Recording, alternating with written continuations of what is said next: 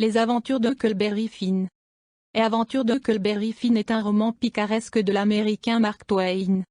Paru à Londres le 4 décembre 1884 sous le titre The Adventures of Huckleberry Finn.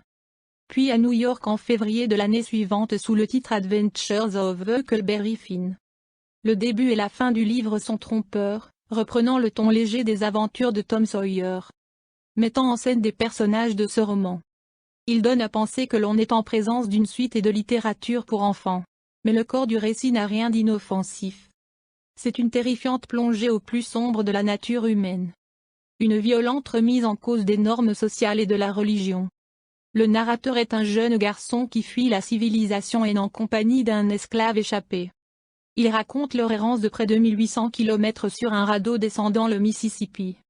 Le regard ingénu que pose l'enfant sur les tares des civilisés rencontrés nourrit la satire virulente d'une société hypocrite, qui inverse les notions de bien et de mal. Moins connu que les aventures de Tom Sawyer, qui est bien, lui, un livre pour la jeunesse, les aventures d'Huckleberry Finn est souvent regardé comme le chef-d'œuvre de Twain. Et comme le livre fondateur de la littérature américaine moderne, c'est par le style profondément novateur de ce roman qu'elle aurait commencé à se détacher de la littérature anglaise. Pour exister par elle-même. En 2007, une enquête menée auprès de 125 écrivains anglo-saxons classe les aventures de Huckleberry Finn 5e meilleur livre de tous les temps et de tous les pays. Résumé. À la fin des aventures de Tom Sawyer, Tom et le jeune vagabond Huckleberry Finn ont découvert 12 000 $ qu'ils se sont partagés. L'argent est maintenant placé à intérêt par le juge Thatcher. Et Huck, dont le père a disparu depuis plus d'1 an, est adopté par la veuve Douglas. Celle-ci, aidée de sa sœur Miss Watson, entreprend de civiliser Huck. Le garçon, qui vivait jusque-là dans un tonneau, apprécie peu de se retrouver engoncé dans de beaux habits neufs, écrasé sous des conventions pesantes. Le bruit des 6 000 $ finit par arriver aux oreilles de son père, qui surgit soudain, se fait confirmer dans la garde de son fils. Interdit à celui-ci d'aller à l'école. Et engage une procédure contre le juge Thatcher pour lui extorquer l'argent, car Huck a pris soin de vendre sa part au juge pour $1. Au printemps, l'ivrogne attrape son fils par surprise et l'emmène en amont du fleuve, dans une cabane cachée dans les bois, où il le séquestre. Huck s'avoue qu'il préfère cette vie de chasse et de pêche aux contraintes étouffantes qu'il a connues chez la veuve Douglas. Cependant, le vieux Finn abuse de la trique. Dans une crise de délirium très mince, il tente même de tuer son fils. Profitant d'une absence de l'ivrogne, Huck réussit à sortir de la cabane, pour empêcher la veuve et le vieux de lui courir après. Il simule son propre assassinat, et descend le fleuve en canoë jusqu'à l'île Jackson. Au bout de 4 jours, il découvre qu'il n'est pas seul sur l'île.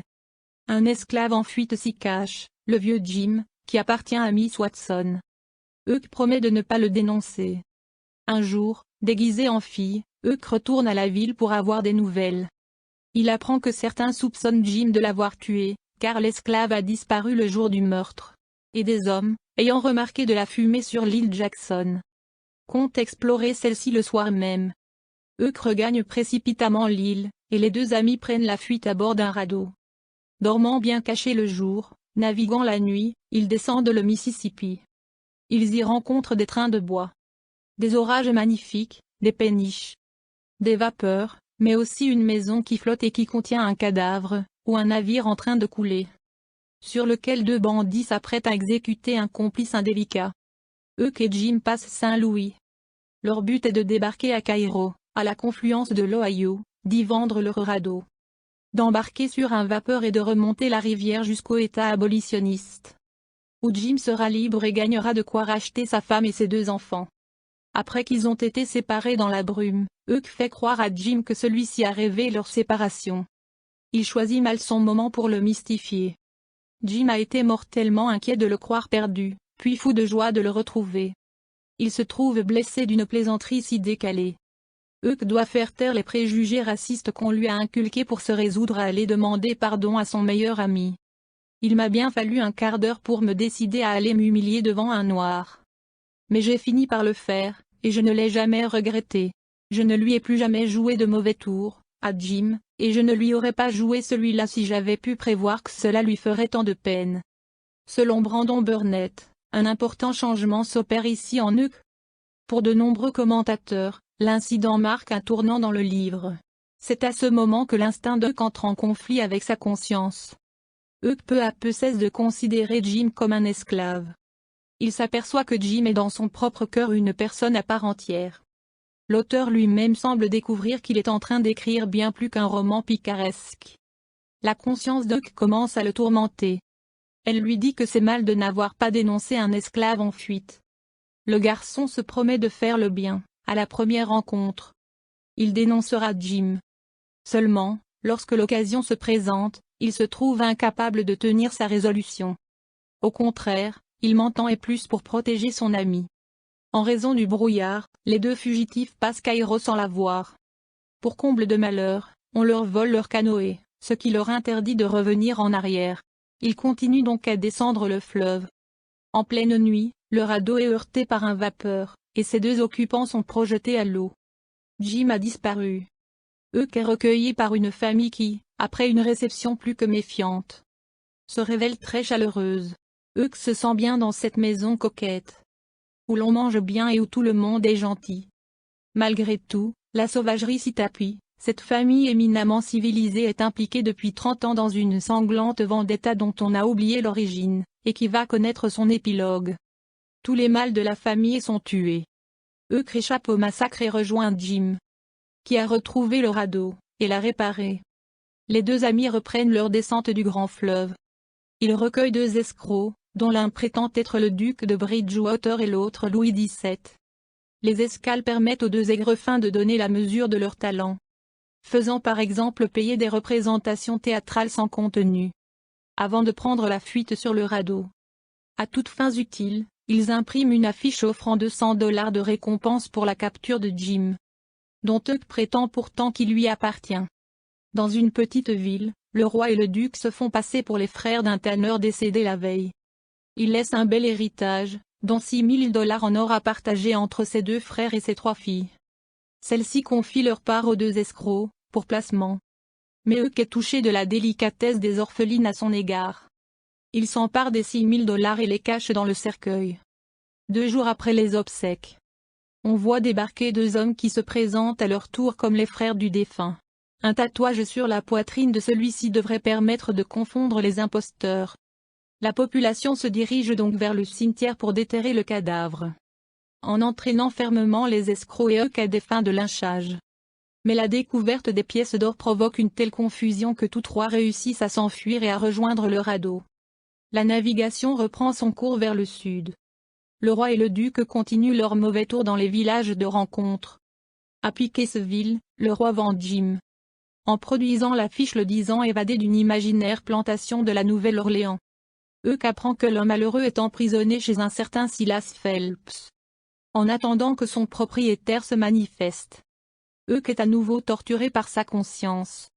Elle lui reproche à nouveau d'avoir aidé un esclave à se libérer. Je me suis dit que le bon Dieu savait bien que je volais le nègre d'une pauvre vieille qui ne m'avait jamais fait de mal, et qu'il ne permettrait pas que je continue à agir de cette façon. Je me sentis le plus perdu des pécheurs. L'enfant comprend que son silence le mène droit en enfer. Il écrit donc une lettre à Miss Watson pour l'informer du lieu où se trouve son esclave. Pour la première fois de ma vie, je me sentais la conscience tranquille. Mais bientôt lui revient en mémoire la vie sur le radeau avec Jim, faite de bavardages, de chants, de rires. Jim continuant à veiller pour que lui puisse dormir. Jim se mettant toujours en quatre pour lui. Jim tout heureux de le retrouver après l'avoir cru perdu. Jim disant que Huck est son meilleur ami au monde. Son seul ami. Jim exprimant sa reconnaissance quand Huck le sauve des chasseurs de primes. Alors Huck déchire sa lettre, en proclamant « Tant pis, j'irai en enfer ». Il se dit qu'après tout, le péché, c'est dans sa ligne, et qu'il va s'y tenir. Il arrachera Jim à l'esclavage. Il se présente sans plan précis chez Silas Phelps qui, par extraordinaire, se trouve être l'oncle de Tom Sawyer, justement attendu ce jour-là. Huck est pris pour Tom et, lorsque Tom arrive enfin, il ne lui reste plus qu'à se faire passer pour son frère Sid. Tom accepte d'aider son ami à délivrer l'esclave, ce qui étonne grandement Huck, car Tom est bien élevé. Cependant Tom, féru de romans d'aventure, transforme cette entreprise qui s'annonçait facile en un jeu consistant à semer sous leurs propres pieds les plus invraisemblables embûches et les plus réels dangers. Ils compliquent si bien les choses qu'en cours d'évasion ils se retrouvent tous trois pourchassés par 16 hommes armés qui leur tirent dessus et blessent Tom au mollet. Jim refuse tout net de continuer à fuir et reste pour soigner Tom. En compagnie d'un médecin que Huck a fait venir. Le médecin l'ayant dénoncé, Jim est repris au chevet de Tom. Il est injurié, molesté, jeté dans sa prison lourdement enchaîné.